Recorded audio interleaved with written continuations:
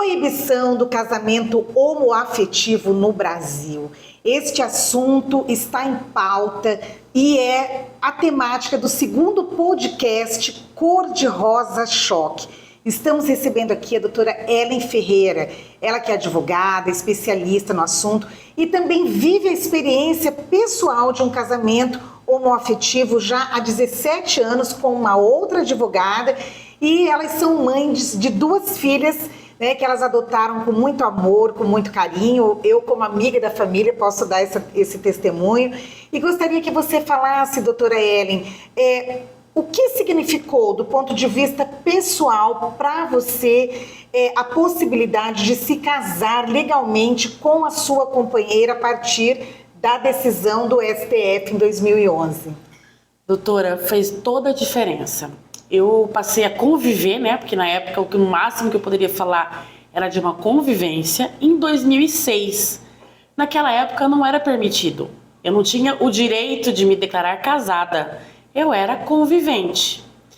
E com o passar dos anos, com um ano de convivência, a gente fez um contrato de união estável, né? Porque era a forma da gente poder exercer alguns direitos que para os casados era natural. E a gente ficou nesse limbo, né? Os homossexuais, de uma forma em geral, nós estávamos num limbo. Aí em 2011, até então eu já era advogada, me formei em 2005, 2006 eu já era advogada. E aí nós, com essa decisão do STF, eu me vi amparada. Quando eu completei 10 anos de convivência, nós, até por uma interferência da minha irmã, falou assim, tá na hora de vocês legalizarem tudo isso, agora já pode. E é verdade, nós paramos para pensar que agora a gente já podia. E aí, com 10 anos de convivência, nós resolvemos oficializar, né, tornar público para o mundo jurídico, né? E fizemos isso, fizemos uma festa de casamento que nos foi negada lá atrás, com presença de juiz de paz. E hoje em dia, eu sou uma mulher casada que pude adotar o sobrenome da minha esposa. Então isso me deu dignidade, entendeu? Não, porque não era uma opção eu ser convivente, era o que eu poderia ser na época. Então eu não tinha esse amparo legal. Então essa decisão do julgado de 2011 do STF, porque o que acontece? Tinham muitas decisões conflitantes. Alguns juízes entendiam que podia, outros não. Então o STF veio e pacificou, decidindo que poderia sim existir para o mundo jurídico a relação homoafetiva. Tanto que ainda tinha algumas margens de interpretação, e em 2013 o CNJ veio e determinou que os cartórios do Brasil fizesse tanto o contrato de união estável, a declaração, quanto o casamento, sendo da opção das pessoas. Então, assim, em 2013 foi pacificado isso nos cartórios, e em 2016 eu exerci esse meu direito. Que bacana. Então eu me senti cidadã, eu me senti exercendo a minha cidadania. Puxa, que bacana, né, doutora Ellen? Isso é tão importante, porque talvez as pessoas não saibam, mas a cada 32 horas, uma pessoa LGBTQIAP+, é assassinada no Brasil por crime de ódio, né? E uma pessoa trans, ela tem uma expectativa de vida de apenas 35 anos, diferentemente, né, da média do brasileiro, da brasileira, que está girando aí em torno dos 76 anos. Ou seja, uma pessoa trans, ela vai ter menos da metade da expectativa de vida de uma pessoa que não seja trans. Então, assim, isso nos leva a pensar no contexto tão violento que hoje nós temos no Brasil em relação à população LGBTQIAP+. Então, assim, quando é possível para a pessoa que tem essa orientação sexual poder se apaixonar e viver essa paixão, esse amor às claras, do ponto de vista legal, perante a sociedade, isso é uma conquista, né, doutora Ellen? Sim, é uma conquista.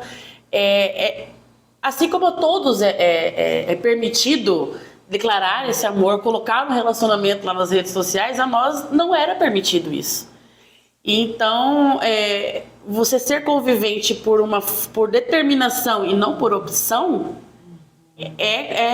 nos tira a cidadania. Então, ter esse direito reconhecido, o CNJ veio, regulamentou para que não houvesse margem para interpretação. Era para cumprir, ele obrigou os cartórios a cumprir e assim foi feito. Hoje nós temos, depois com dados oficiais, quase 80 mil casamentos homoafetivos desde 2013. São 80 mil famílias que tiveram o seu exercício de cidadania garantidos. Ah, sim. E assim, nesse contexto, esse projeto que acaba de ter aprovação dentro de uma comissão na Câmara Federal, né? Esse projeto, ele vai impactar a vida das pessoas? O que você acha a respeito disso? Sim, caso seja aprovado, né, ainda não é o caso, mas caso seja aprovado, ele não vai tirar só aquela sensação de cidadão que eu mencionei. Não é só isso. São decisões, o reflexo dele é dentro do direito previdenciário. Por exemplo, eu como contribuinte do INSS, se eu falecer, a minha esposa tem direito à pensão por morte. Então, isso vai ser tirado, e é só um exemplo, né? Direito de herança, direito em caso de divórcio, como é que fica essa situação? Eu posso, hoje, como casado, como qualquer brasileiro casado, eu tenho duas opções, se eu quiser deixar de ser casada, né? O divórcio, ou, se por uma fatalidade, serei viúva. Não serei nunca mais solteira, entendeu? Então, assim, é um direito de todo brasileiro casado que estão tentando tirar. Então, assim, o impacto ele tem no direito previdenciário, no direito civil, na questão de herança, na questão de patrimônio, de divisão de bens. Tudo isso é um reflexo do casamento em si. Não só do casamento homoafetivo, do casamento em si. E isso que tá. O impacto ele não vai só na vida pessoal, ele vem na vida patrimonial também. Sim. No caso, assim, por exemplo, para a orientação das pessoas, duas pessoas do mesmo sexo que convivem, né? E aí, de repente, uma dessas pessoas já possui um terreno, mas as duas juntas vão lutando, vão construindo. Sim. E aí constroem a sua residência. Queria que a senhora explicasse um pouquinho qual é a diferença, tendo a possibilidade do casamento homoafetivo e como que fica a situação, Sim. por exemplo, não havendo essa possibilidade. Seria o mesmo entendimento que hoje seria do amante, entendeu? Porque teve uma decisão recente da questão de que amante não tem direito à pensão, não tem direito a bens, né? Seria nos delegar essa mesma classificação. Entendeu? E não é o caso. É um relacionamento público, notório, estampado mesmo. Porque numa situação como essa que a doutora citou, você tem lá o seu terreno, mas a tua esposa ou teu esposo, né, construiu junto, num caso de divórcio ou num caso de falecimento, vai ter a parte que lhe cabe da construção, do quanto aquele terreno foi valorizado, o imóvel valorizou, só o terreno vale 100 mil, mas a casa vale 900 mil, então nós temos um patrimônio de 1 milhão, entendeu? Que temos que dividir, ou que aquela pessoa tem direito à herança. Na hora de registrar a criança, faz toda a diferença, você ter uma certidão de casamento, presume-se a paternidade ou a maternidade, né? No caso, dependendo do casamento entre mulheres, a outra maternidade se presume. Tendo a declaração de nascido vivo, tendo a certidão de casamento, vai até o cartório. Essa é a orientação que tem, vai até o cartório que você vai registrar. Mesma coisa do pai. Então, assim, é um exercício que por um casal heterossexual é tranquilo, que a sociedade não para analisar que isso impacta de uma forma que não é só, são exercícios plenos da cidadania. Não é só a sensação do casado, é você poder exercer, você tomar uma decisão médica, você decidir se minha esposa ou eu entrarmos em coma, quais são as orientações que o médico tem que seguir, quais são as diretrizes, quem decide hoje é ela, não é a minha mãe. Eu tenho mãe, mas não é a minha mãe quem decide, é a minha esposa. Então, tirar esse direito, isso está dilapidando a nossa cidadania, nosso exercício da cidadania. São decisões póstumas, onde vai ser enterrado, os rituais fúnebres, se sua religião tiver, como é o caso da minha. Então, assim, são decisões que o esposo e que a esposa tomam que estão querendo tirar. E aí, como é que vai funcionar isso na prática? É muito... A impressão que dá é que as pessoas que estão contra a possibilidade do casamento homoafetivo têm medo que, se houver essa possibilidade, a pessoa que é heterossexual vai ter que virar homossexual, né? E quer dizer, ninguém vai se casar só porque existe uma lei que possibilita, né, você se casar com a pessoa do mesmo sexo. Você vai se casar com a pessoa do mesmo sexo se você tiver desejo, vontade, paixão por uma pessoa do mesmo sexo. E aceitar o pedido, né? E aceitar Eu o pedido. vi um meme sobre isso, falando assim, quem tem que decidir se vai ter casamento ou não é quem foi o pedido, né? É verdade. Não, os memes na internet estão muito interessantes. Sim. Eu vi um outro dizendo assim, como que é? A possibilidade do casamento homoafetivo só vai atingir a família brasileira se você resolver parar de pegar o boy que você está pegando escondido e pegar publicamente. E é o que mais tem, é o que a gente mais ouve, viu? Nossa, muito. Infelizmente, né? Sim, e são pessoas que assim, não exercem a felicidade plena, porque por medo da sociedade não consegue manifestar aquilo que sente. Eu ainda hoje... Eu ainda tenho, em determinados lugares, eu tenho medo de pegar na mão da minha esposa. Publicamente, que é um exercício que todo mundo faz. Sim. Porque a gente não sabe, nós moramos num estado muito machista, né? Muito fascista ainda. Então, a gente tem medo, não é sempre que a gente consegue manifestar. Eu nunca gostei de demonstrações de carinho, de afeto, beijo, essas coisas, nem de casais homoafetivos, nem de hétero, nunca... Não acho adequado, entendeu? Mas a manifestação de pegar na mão, que é uma coisa tão simples, não é qualquer lugar que eu faço isso. Eu tenho medo.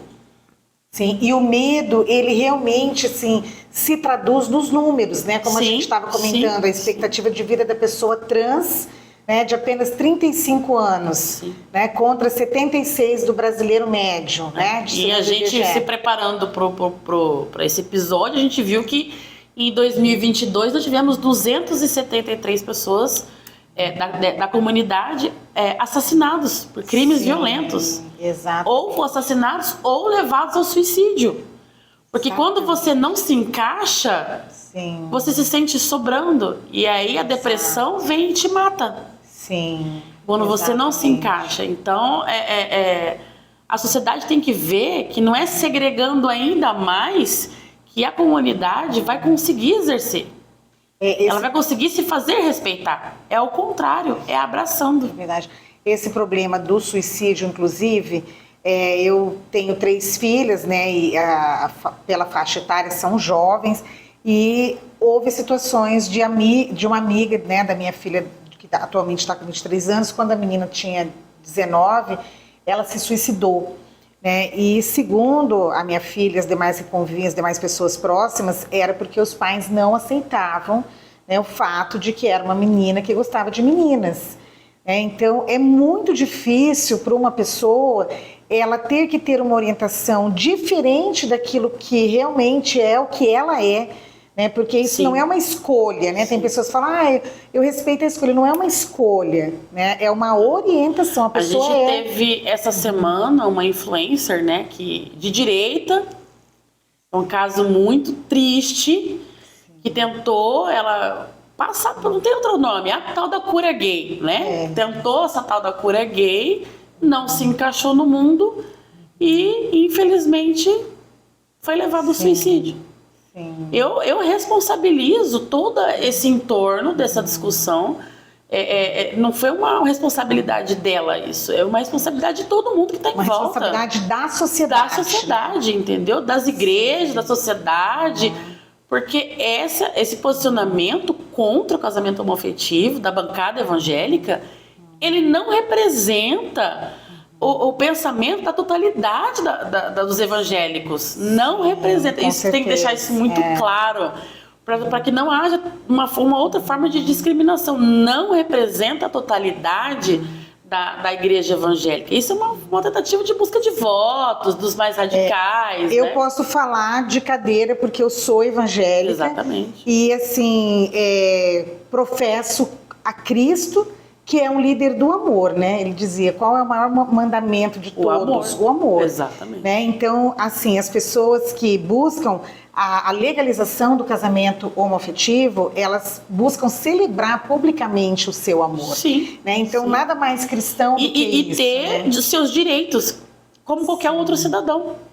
Exato. A gente não está pedindo para ensinar isso em escola, a gente não está pedindo para doutrinar ninguém, para pregar isso dentro da igreja, não, é só nos dar a liberdade de viver nossa vida como outra pessoa qualquer. A gente não quer um direito exclusivo, a gente quer o mesmo direito que as outras pessoas têm. E isso é o que traz a nossa Constituição.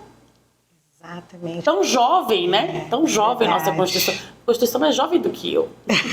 Então, uma Constituição tão jovem e que tem que andar, ela tem que andar para frente e não andar para trás. É verdade, com certeza.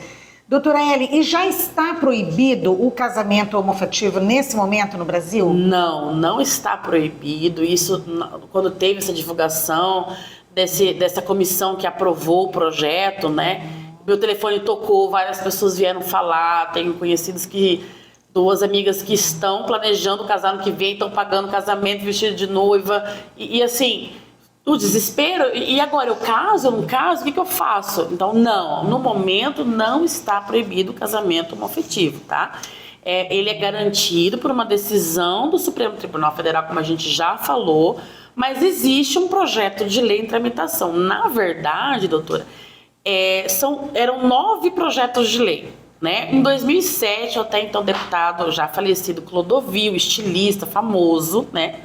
Ele entrou com um projeto de lei quando ele era deputado para regularizar isso. Ele teve o mesmo pensamento que eu tive com 1 ano de casado. Vamos fazer um contrato no qual nos permite tomar decisões. E é isso que ele tentou regularizar. Depois dele, já mais 8 projetos de lei entraram na Câmara dos Deputados. E aí eles foram unificados, porque eles tratavam do mesmo objeto, o casamento homoafetivo.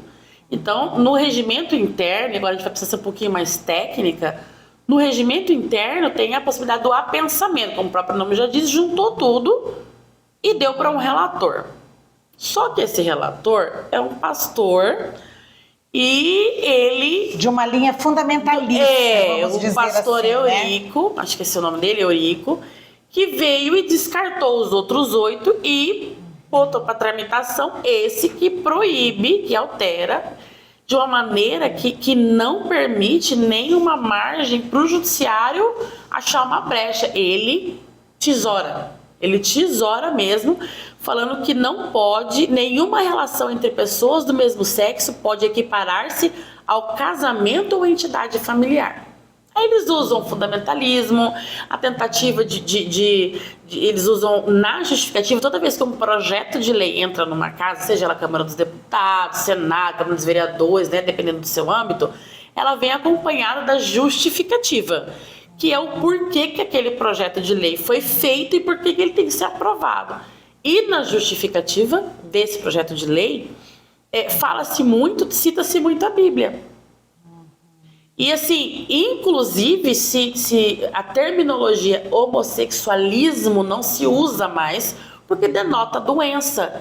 E nesse projeto de lei, durante toda a sua tramitação, só um dos textos usa essa palavra 3 vezes. Amar ao próximo como a ti mesmo? Não, nada. Casamento, assim, eles agora escolhem... o ódio, né, a exclusão. Eles escolhem qual determinação bíblica, qual mandamento bíblico seguir, né? Porque o casamento entre 2 mulheres ou entre 2 homens não pode, mas sentar numa cadeira que uma mulher menstruada sentou, como proíbe a Bíblia, pode.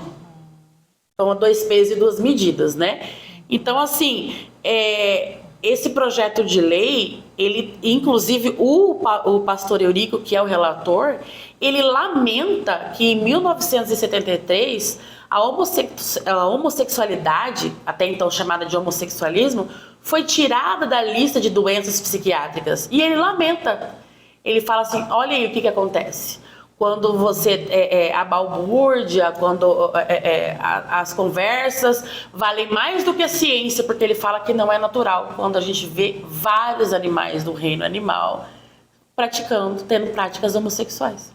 O maior exemplo disso é o pinguim. Ele é um dos animais, o golfinho, que é um dos animais mais inteligentes que existe, que tem a inteligência que mais se aproxima do ser humano, eles praticam a E como que homossexualidade. está sendo tratada em outros países essa questão do casamento homoafetivo? Nós temos hoje a autorização do casamento, o reconhecimento ao casamento em 34 países, sendo o Brasil um deles, né? México, Holanda, Argentina, Estados Unidos, Nova Zelândia, Portugal, são 34 países no qual o casamento homoafetivo ele é reconhecido. Existem alguns países, 69 países, no qual ainda é crime, passível de cadeia, alguns países passíveis de pena de morte, entendeu? E recentemente nós tivemos a descriminalização do casamento, da prática homossexual em 3 países, que foi Angola, Moçambique e Botsuana. Então descriminalizou e presume-se que futuramente, né, aos pequenos passos, será reconhecida a união. Mas é tudo assim, gradual, né? A gente tem que respeitar também a cultura do país, ver a tramitação, como é que funcionam os projetos de lei lá, como é que funciona a legislação, porque cada país tem a sua forma de pensar, a sua forma de legislar. Mas a gente acredita que descriminalizando já é o primeiro passo para reconhecer. É que o Brasil está tentando andar para trás. A gente teve uma votação a favor da proibição pela Comissão de Previdência, Assistência Social, Infância, Adolescência e Família. Por quê? Quando o projeto de lei ele adentra a casa, vai falar, bom, qual é o objeto? Esse objeto ele tem que ser ouvido tal comissão, tal comissão, tal comissão. Todos os projetos de lei passam pela Comissão de Constituição, Justiça e Cidadania, que é o CCJ. Isso é o único que passa todos.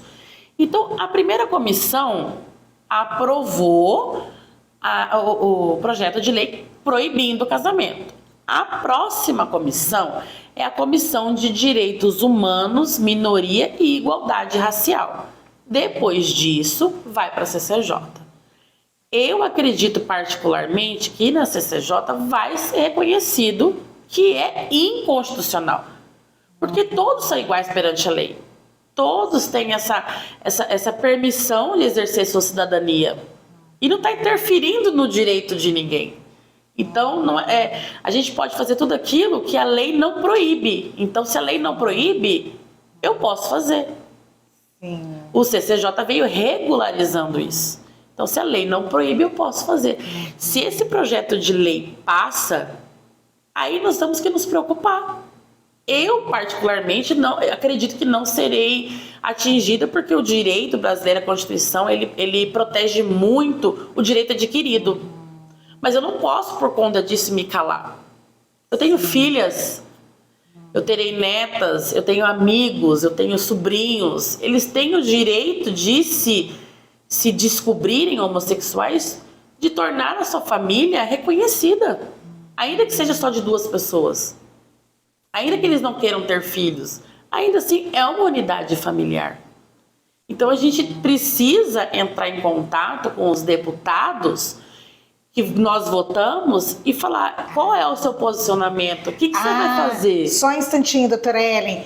Vamos para um breve intervalo e já retornamos em seguida, justamente para saber como podemos fazer para atuar impedindo, né, que se torne lei a proibição do casamento homoafetivo. Daqui a pouquinho a gente volta.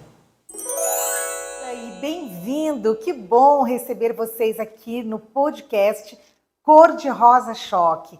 Um momento para a gente falar do que interessa: política, cultura, meio ambiente, direitos humanos e, em especial, os direitos humanos das mulheres. Esse podcast, por si só, ele é um desafio para todas as mulheres que querem ocupar um espaço público para o nosso empoderamento. E vamos estar aqui assim com variedades, algumas vezes ao vivo, outras vezes com gravação, mas sempre com qualidade, com conteúdo, trazendo algo que possa influenciar os sonhos das pessoas. Nós queremos sim inspirar pessoas, nós queremos sim reforçar a luta das mulheres, a luta das minorias, a luta pelo meio ambiente, a luta por um mundo melhor. Fique conosco.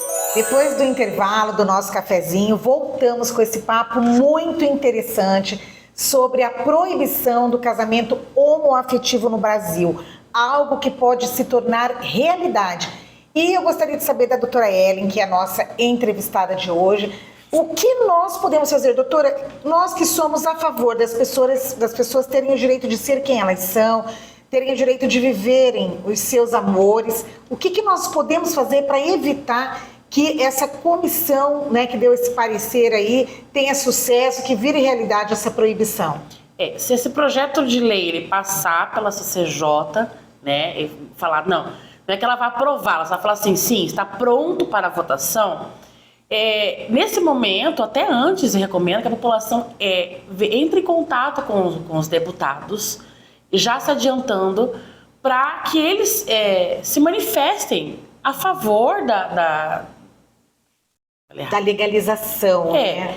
Para que eles... Você quer dar um corte aí? Não, depois você corta, né, Serginho? Ou não? Tá. Fica tranquilo, tá. Para que os deputados, eles votem contra esse projeto de lei. Então é importante se manifestar nas redes sociais, mandar e-mail para os deputados, porque eles têm um e-mail institucional, entrar em contato nas redes sociais, mobilizar, levar as pessoas que são de Brasília, né, que é onde fica a Câmara dos Deputados, fazerem manifestações pacíficas, ordeiras, com autorização, pedir as autorizações necessárias para que manifeste esse desejo, para que impeça que o Brasil ande para trás, em contrassenso ao mundo.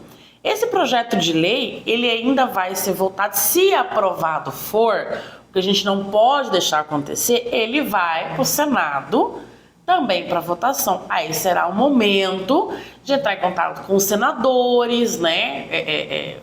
Nosso estado, por exemplo, tem 3, mas isso não impede que a gente entre em contato com outros estados também, porque impacta o Brasil de uma maneira em geral.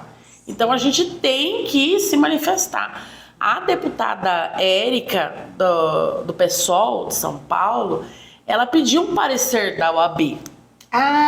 Isso é que eu ia perguntar também, como que está a posição da OAB a respeito desse assunto? A deputada Érica, ela pediu esse parecer da OAB, a deputada Érica Hilton, e a OAB veio manifestando o parecer contrário ao projeto de lei, falando que além dele ser inconstitucional, ele é discriminatório. Então a OAB, ela se posicionou como instituição, né, sempre ouvida, ela é muito convidada a participar, a emitir parecer nos projetos de lei, por ter não é um achismo, é um parecer técnico, né, mas ela trouxe essa questão que viola direitos fundamentais das pessoas, da comunidade em si, a igualdade com as demais pessoas, porque as outras podem casar, por que só a comunidade não pode? Sim. Então ela veio e na realidade um projeto de lei desse que a gente sabe que a gente pensa e acredita que não vai para frente, ele é um desperdício de dinheiro público. Sim. Toda a tramitação, colocar em voto, tirando outros projetos de pauta, que nós temos projetos muito importantes. Tem tantas coisas importantes para o Estado cuidar, vai cuidar logo da vida privada. Pois é. Né? Da vida privada de pessoas que se amam e que querem. Que pagam impostos, que contribuem. Que um dos dinheiros mais valorizados pelo comércio é o pink money, que a gente chama. Que é o dinheiro, que na tradução livre seria o dinheiro rosa. Por quê? A comunidade LGBTQI, a sigla toda, ela é muito seletiva onde gasta o dinheiro. Ela é uma comunidade exigente. E olha que interessante, é considerada a economia rosa e o nosso podcast é o Cor de Rosa Choque. Exatamente. Olha que bacana. É o pink money, porque é uma população exigente, gosta de ser muito bem atendida e não tem problema em gastar muito para isso. Né? Claro, nós temos pessoas da comunidade que são carentes. Nós não temos só lésbicas, gays, de maneira em geral, só de níveis econômicos mais favoráveis. Não, nós estamos falando de pessoas que não sabem nem ler entendeu? Mas ainda assim o comércio, ele tenta atrair o pink money, que é o dinheiro, porque eles não têm dó de gastar, as pessoas que têm mais abastadas da comunidade não têm dó de gastar, mas em compensação são extremamente exigentes. Olha, interessante. Então, assim, é uma coisa que impacta até a economia. E um dos direitos que eu até deixei de mencionar no nosso primeiro bloco é o plano de saúde, que é automático, né? A partir do momento que você é casado, teu esposo, tua esposa tem direito a fazer parte do plano de saúde. Isso é mais uma das coisas que vai tirar, ou seja, onerando o num SUS. casamento homoafetivo, a pessoa tem o direito de colocar, no caso, você tem o direito de colocar a sua esposa Sim. no teu plano de saúde, Sim. a sua esposa tem o direito de colocar. E agora, com essa proibição, né, se ela realmente vier a se tornar lei, até isso não seja até tirado. isso, até esse onerando o SUS. Então tem um impacto na saúde previdenciária, tem um impacto na economia. Então, não é porque uma pequena bancada está tentando brincar de Deus, né? Porque julgar as pessoas é brincar de Deus. Tirando direitos fundamentais, achando que vai ser só atingindo aquelas pessoas. Não, vai atingir uma economia como um todo. Certo. Doutora Ellen, e o que o presidente Lula poderá fazer se de fato passar o projeto e se tornar lei a proibição do casamento homoafetivo? Todo projeto de lei aprovado nas casas, ele passa para a sanção presidencial, né? O presidente ele vai ou sancionar e publicar essa lei, ou ela vai vetar. Então, o que o presidente Lula pode e vai fazer se chegar a esse passo, né? Eu tenho fé nisso, ele vai vetar. Mas esse veto, ele pode ser derrubado pela Câmara de origem, no caso, a Câmara dos Deputados. Então, assim, se projeto de lei virar lei, só aí, mediante provocação, o Supremo Tribunal Federal poderá fazer alguma coisa. Porque uma das coisas que me questionaram mas o STF não tem como barrar isso? Não tem.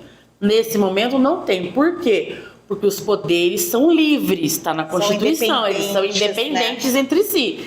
Então, o Judiciário não pode parar o Executivo, nem o Legislativo, no caso é o Legislativo, numa votação de um projeto de lei, porque ele é livre para fazer isso. Ele tem os próprios organismos internos, como a CCJ, para ver se é legal ou não, legal de legalidade. Mas uma vez que isso vire lei, o que a gente não acredita e torce para que não aconteça, mas que isso vire lei, mediante provocação, o Supremo Tribunal Federal pode e deve se manifestar. Ou usando os mesmos fundamentos lá de 2011, usando fundamentos novos para proibir, juntando, ou até mesmo falar que é constitucional. Ele é livre também. Assim como o Executivo é livre, o Legislativo, o Judiciário também é de livre convencimento. Entendi. Doutora Ellen, nossa última pergunta para encerrar. As pessoas que estão nos assistindo e que estão dentro de um relacionamento amoroso ou homoafetivo e que querem se casar, como a senhora, além de ser advogada, tem também, assim, além do conhecimento jurídico, o seu testemunho pessoal, quais seriam os passos, por onde que essa pessoa começa, né? Aquela que está dentro de um relacionamento homoafetivo e quer se casar, qual é o primeiro passo do ponto de vista jurídico para o casamento acontecer? Tirar uma certidão de nascimento atualizada. Ou de casamento, né? Se for divorciado, tirar uma atualizada, porque ela vale só por 30 dias, muita gente não sabe disso. E aí, se dirigir até o cartório próprio para casamento, lá tem a lista de documentação e o valor das taxas que tem que ser recolhidas, né? Ou o formulário de isenção de taxas se for carente. Então, tem uma série de documentos que tem que ser... É um ato muito solene, muito formal, um dos atos mais formais e solenes do nosso direito, é o casamento.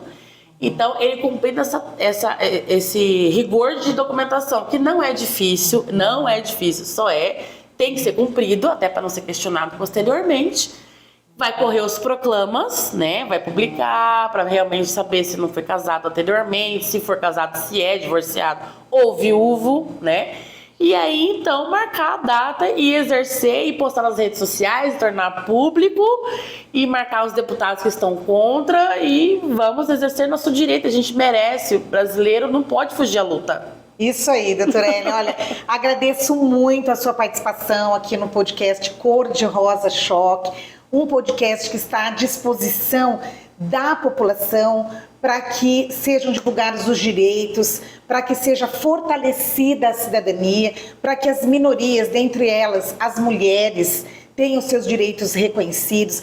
E também a população LGBTQIAP+, né, que possam ter o apoio do Estado brasileiro para viverem enquanto cidadãs e enquanto cidadãos que são, né, pagadores de impostos, pessoas que têm a dignidade como qualquer outra. A dignidade da pessoa humana, né, ela é inerente, né, a toda a família humana.